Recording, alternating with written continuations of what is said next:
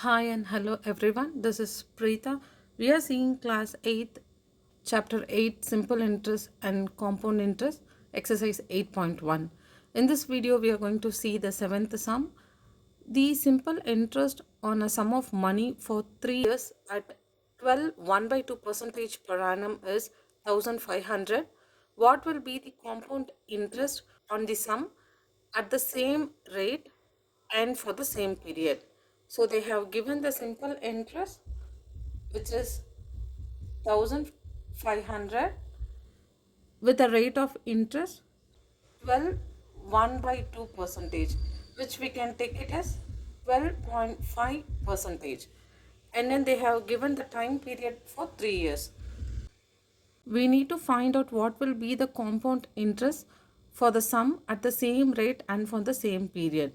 So we are going to find out the compound interest. In order to find out the compound interest, so we are going to find out the principal amount first, using which we can find out the compound interest. So the given information is simple interest is equal to 1500, and we know the simple interest formula, which is P into R into T by 100.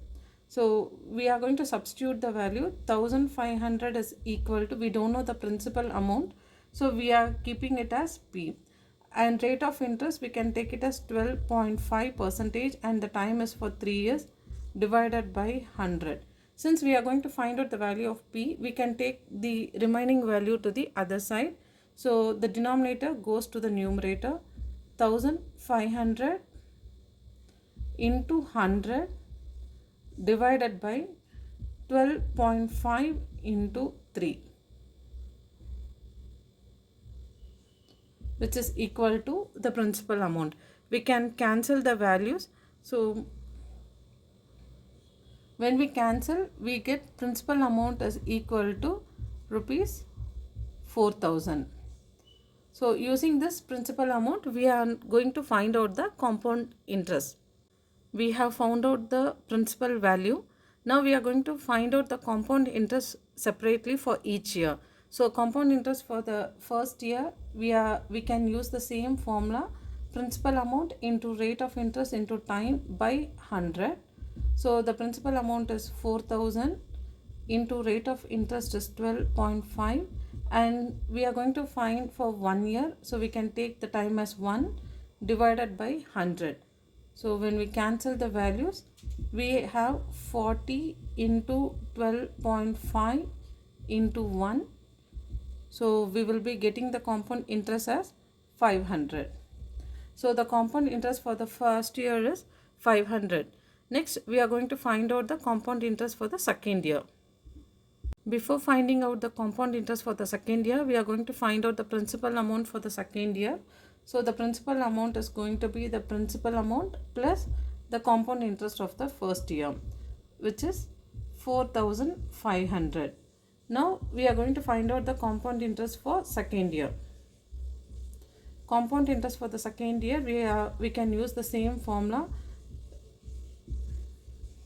principal amount into rate into time by 100. So here we are going to take the principal amount as 4500 into rate of interest is 12.5 percentage, and the time is for 1 year, divided by 100. Again we can cancel the values. So 45 into 12.5, we will be getting the final answer as 562.5. Now we got the compound interest for the second year. Next we are going to find out the compound interest for the third year. So we have found out the compound interest for the second year, which is 562.5. Next we are going to find out the principal for the third year. So we are going to add the previous principal amount, which is 4500, with the second year compound interest, which is 562.5. So now the principal amount for the third year would be 5062.5. We are going to use the principal for the third year as 5062.5. Now we are going to find out the compound interest for the third year. So compound interest for the third year will be principal amount 5062.5, rate of interest, which is 12.5 divided by 100. So the time period is going to be the same, 1 year. So when we multiply, we will be getting the compound interest for the third year as 632.81. So now we have found out the compound interest for first year, second year and the third year. We are going to calculate the compound interest for the principal of 4,000 for the time period of 3 years. So we have to add all the three values. So compound interest for the first year, compound interest for the second year, which is 562.5, and compound interest for the third year, which is 632.81. So when we add all the three values, we will be getting 1695.31. So we have found out the compound interest using the given information.